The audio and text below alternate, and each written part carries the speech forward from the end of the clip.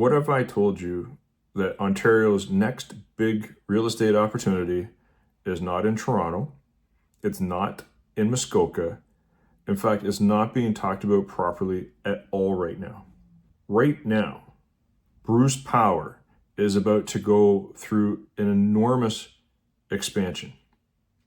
They're in a tiny little community, and it's going to basically be one of the largest infrastructure projects in the province, if not the entire country.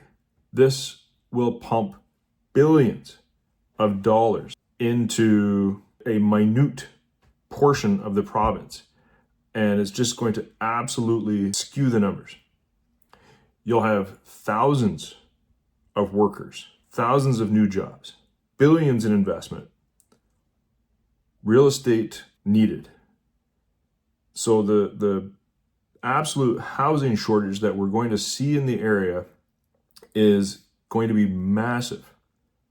If you are an investor, if you are a builder, if you're a developer, or even just someone who wants to put themselves ahead of the market and know what's going to be happening in the very near future, I'm going to walk you through what is all about the opportunity that is Bruce C. So today I'm going to walk you through what Bruce Power actually is.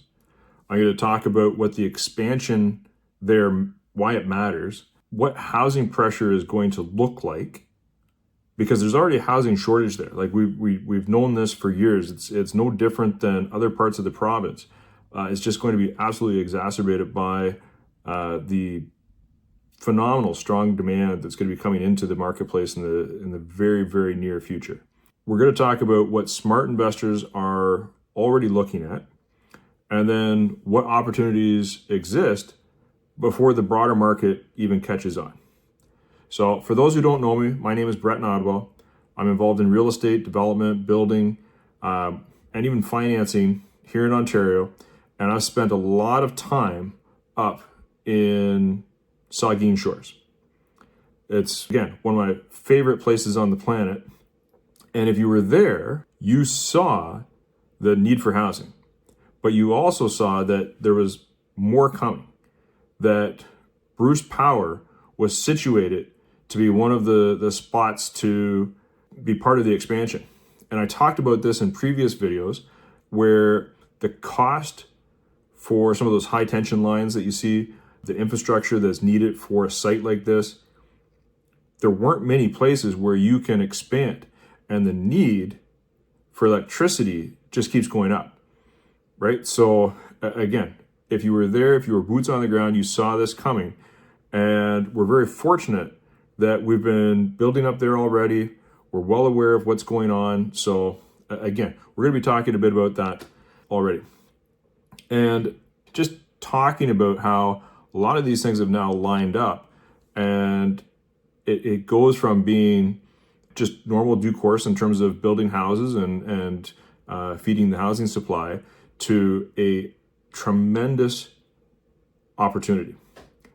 And so I'll be talking about that. So Bruce Power is one of the largest nuclear generation stations on the planet.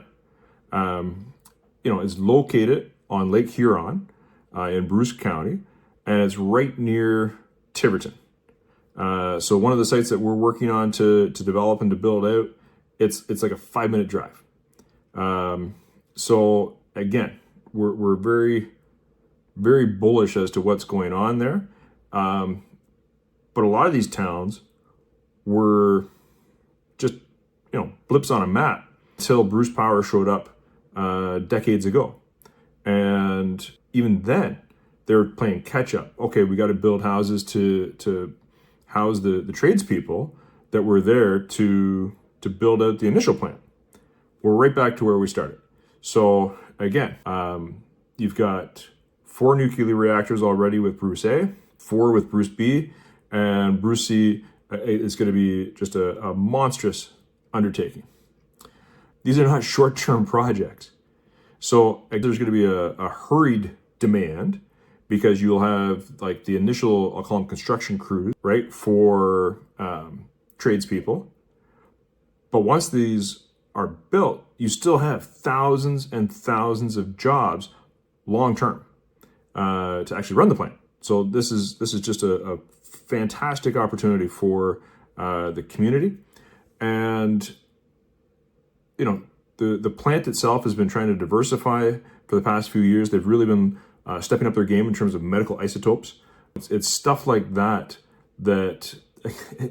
they don't need to make additional income outside of electricity generation, but they're aware of what they have, so they take advantage of all those steps.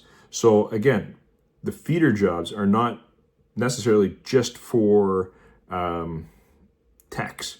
It's regarding medical isotopes as well. So this is just it's a very well-rounded place to work, and just I can't even imagine the demands on some of the upper management to just make sure everything is running smoothly. Saugeen Shores, Kincardine, Tiverton, they've pretty much weathered the storm, so to speak, in terms of any downturns. We haven't seen some of the high record sales that we did during the early parts of COVID, but we haven't seen the massive price pullback that some communities, especially cottage communities, have. And that is just because there is still a huge demand for housing in the area.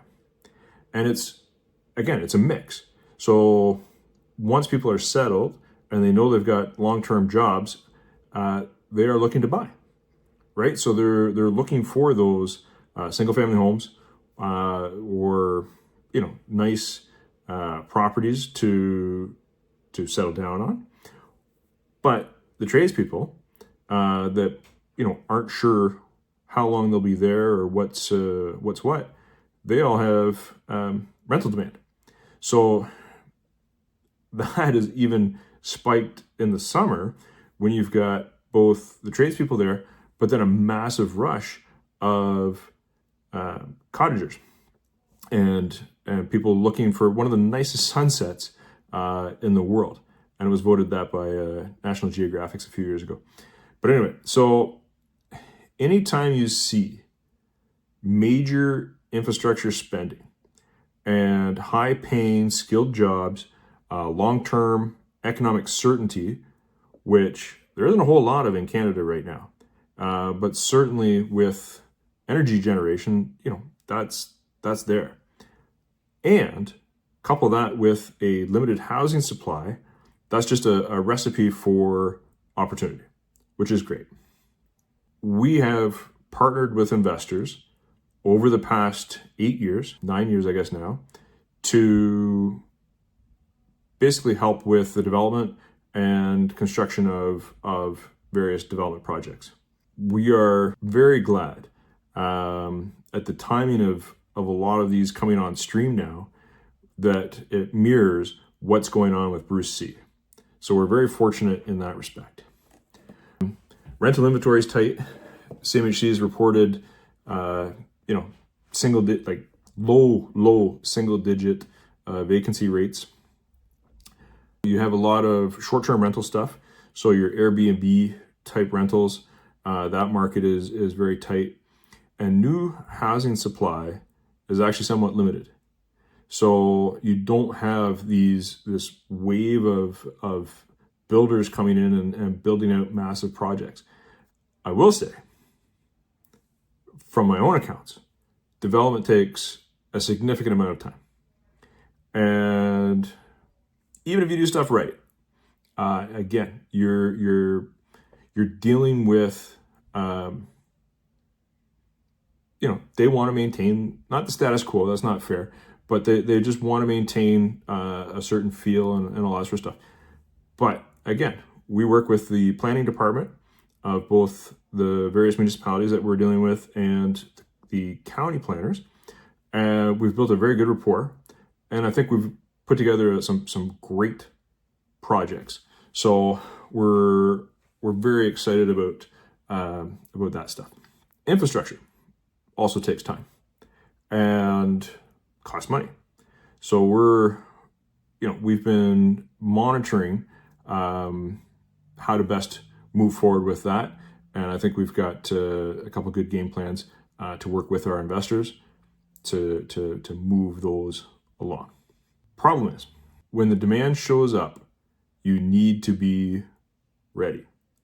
And so we're trying to, with these announcements, say, okay, now we've got to go from humming along at, a 7 or 8, we got to ramp that up to a 10. Let's expedite these things and get going. I don't think we were dragging our heels at all. Like we weren't, certainly weren't dragging our feet to bring any of these projects online. But now it's absolutely paramount that we get going. Again, perfect storm on the opportunity side is it's 2026 and the accelerator fund from the federal government still exists and they want shovels in the ground this year. They just keep announcing but the HST, the development charge reduction, like all these different things to help with costs to get these projects rolling. CMHC still has its MLI Select program to help with any purpose-built rental stuff, which is for any high density, we're looking at that because of the HST favorability right now. So again, there's a lot of pros to building right now. The projects that we're looking at too have some fairly high density. So we're talking everything from single family home at one end of the scale to where any of those lots could be duplexes or triplexes, which is great. Then you've got your street towns. We're always talking about the missing middle, and those townhouses that, I think are a great opportunity, especially to get your foot in the door. Like if you're looking at a first time buyer or second time buyer and you just, you want a bit of a yard, but again, we've got some townhouses and then some stacked towns. So that's how we kind of to design those out. And then apartment units. So 4-story apartment buildings. So again, every demographic that you're looking to hit, we've got a little bit of everything with our different investment partners. So that works out well. One of the biggest issues with basically an area of this size, because it really is just small communities, is when they try to flip a switch to ramp up quickly, that does not work. They just don't have the ability to instantly scale. So we've got these projects, and we feel there's going to be limited competition in terms of when we bring these online, which is great. And we're already working with tradespeople from all over the province. They love this area. Like our framing crew, they've got a cottage up this way, so they're excited to be up here and building in the summer. Okay, maybe they don't want to be building in the winter, but that's a different story.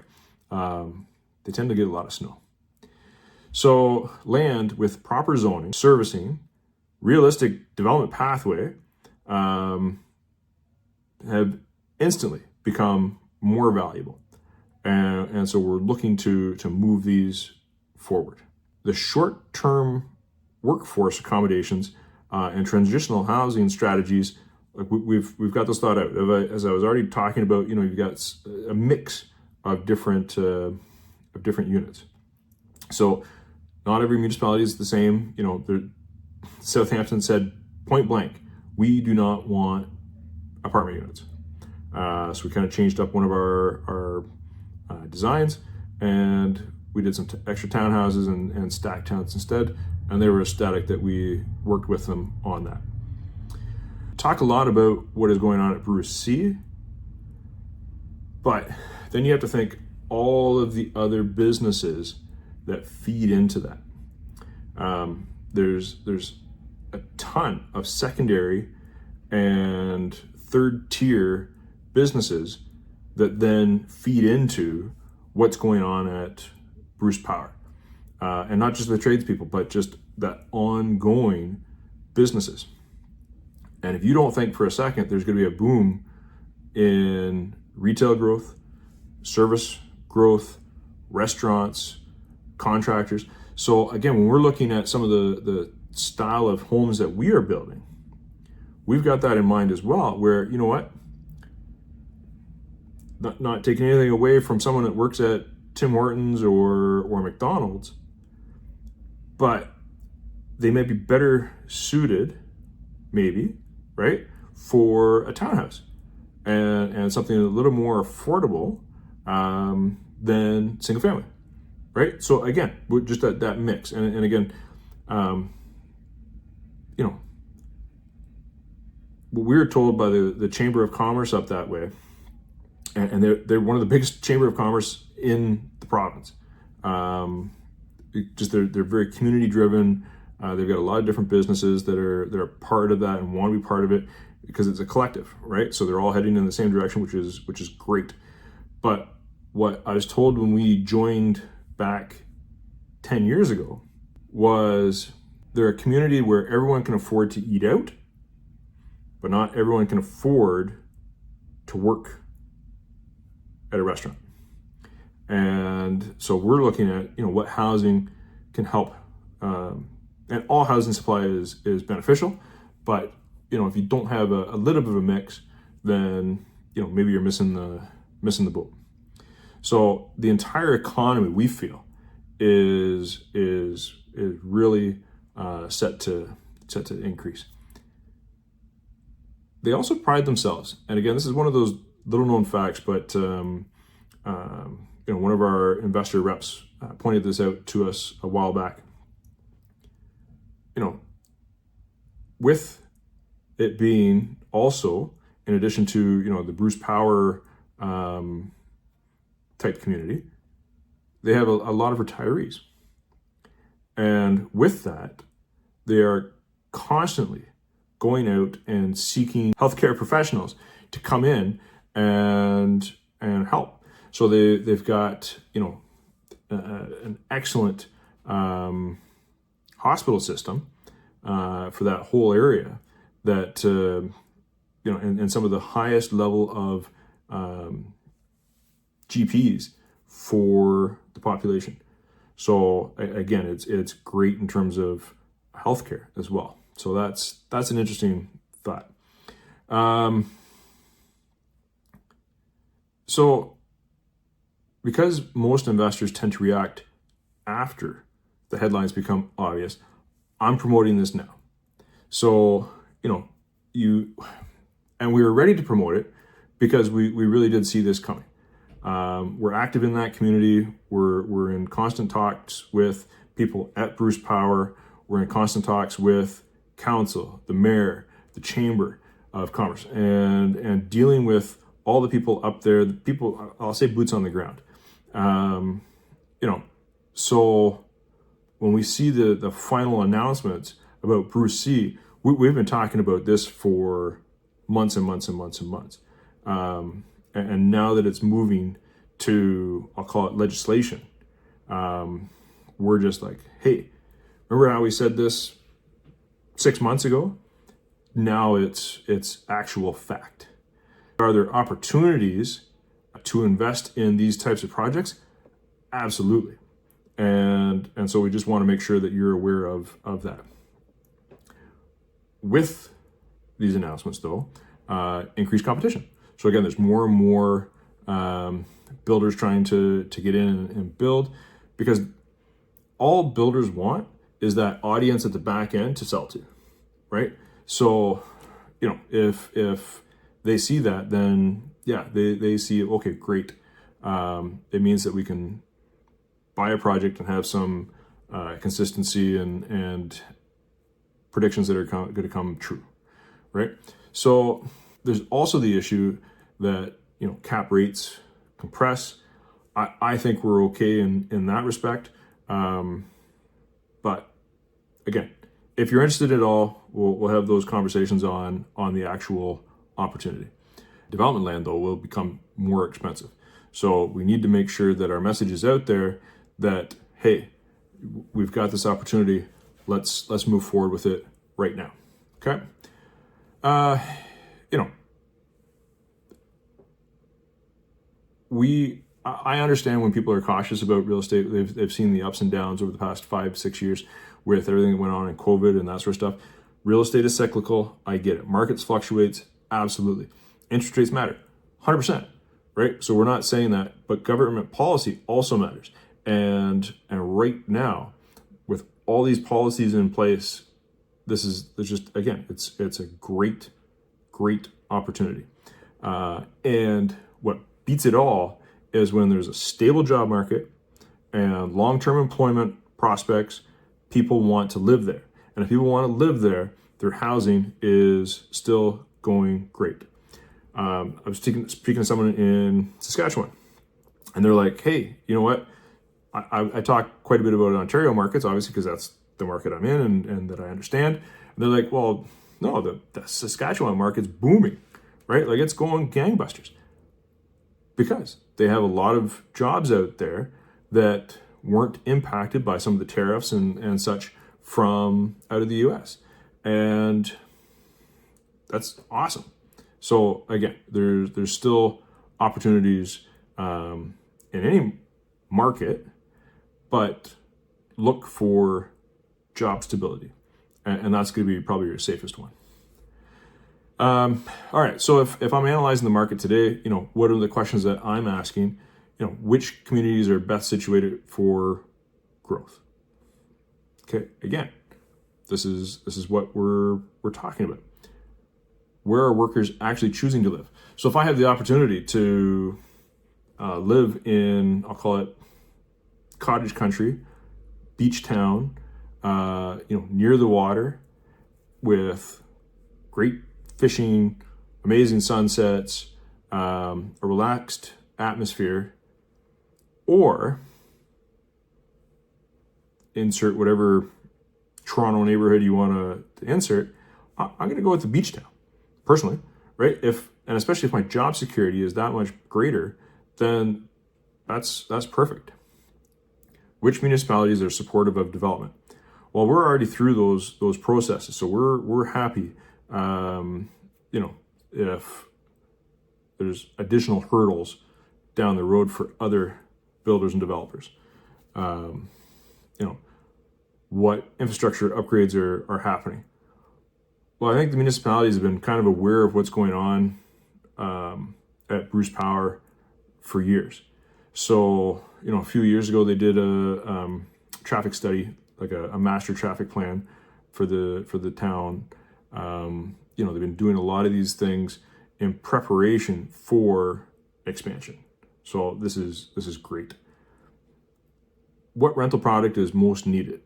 Well, again, we continue to monitor that and see what's renting, what's not.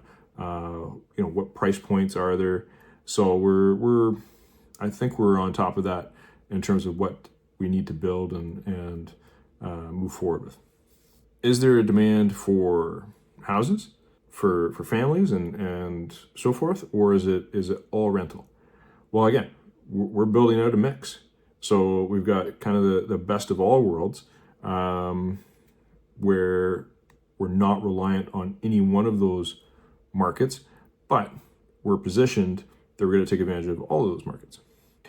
And how big can you build to cash flow? So if you're building purpose-built to retain, where does that leave you? And then what zoning changes become important over the next 5 to 10 years? Well, honestly, if we're going to build to retain this, our mindset is to hold for 5 or 10 years. And, if we can get a lot of our initial capital back out at refinance stage, then, as long as it's cash flowing every month, and we're good. We don't have that capital exposed. We just have to make sure that maintain.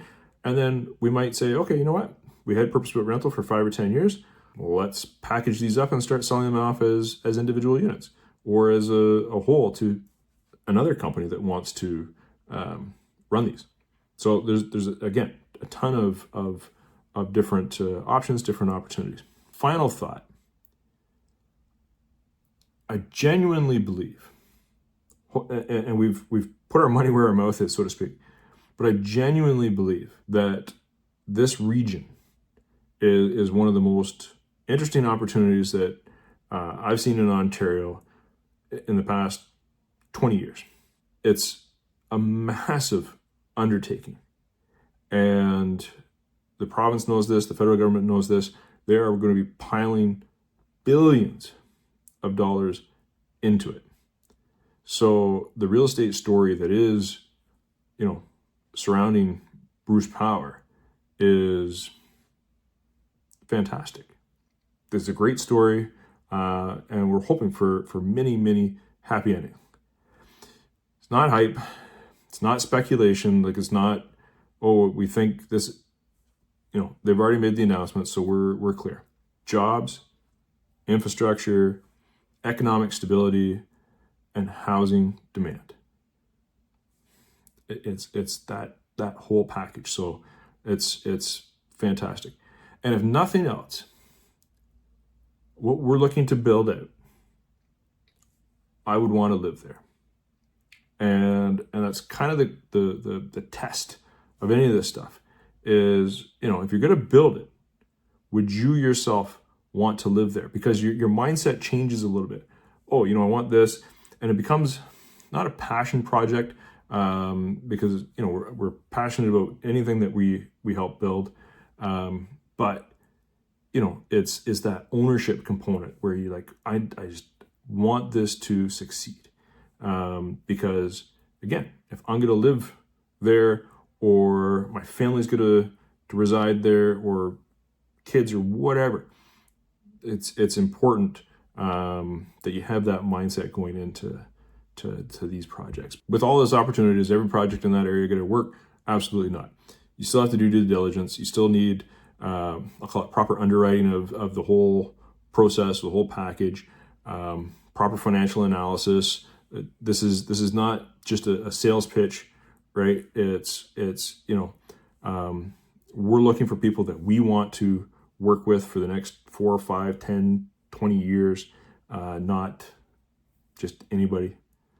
So again, it's going to be a mutual due diligence, kind of both ways. There are significant opportunities for engaging with investors, builders, developers, and landowners. Absolutely.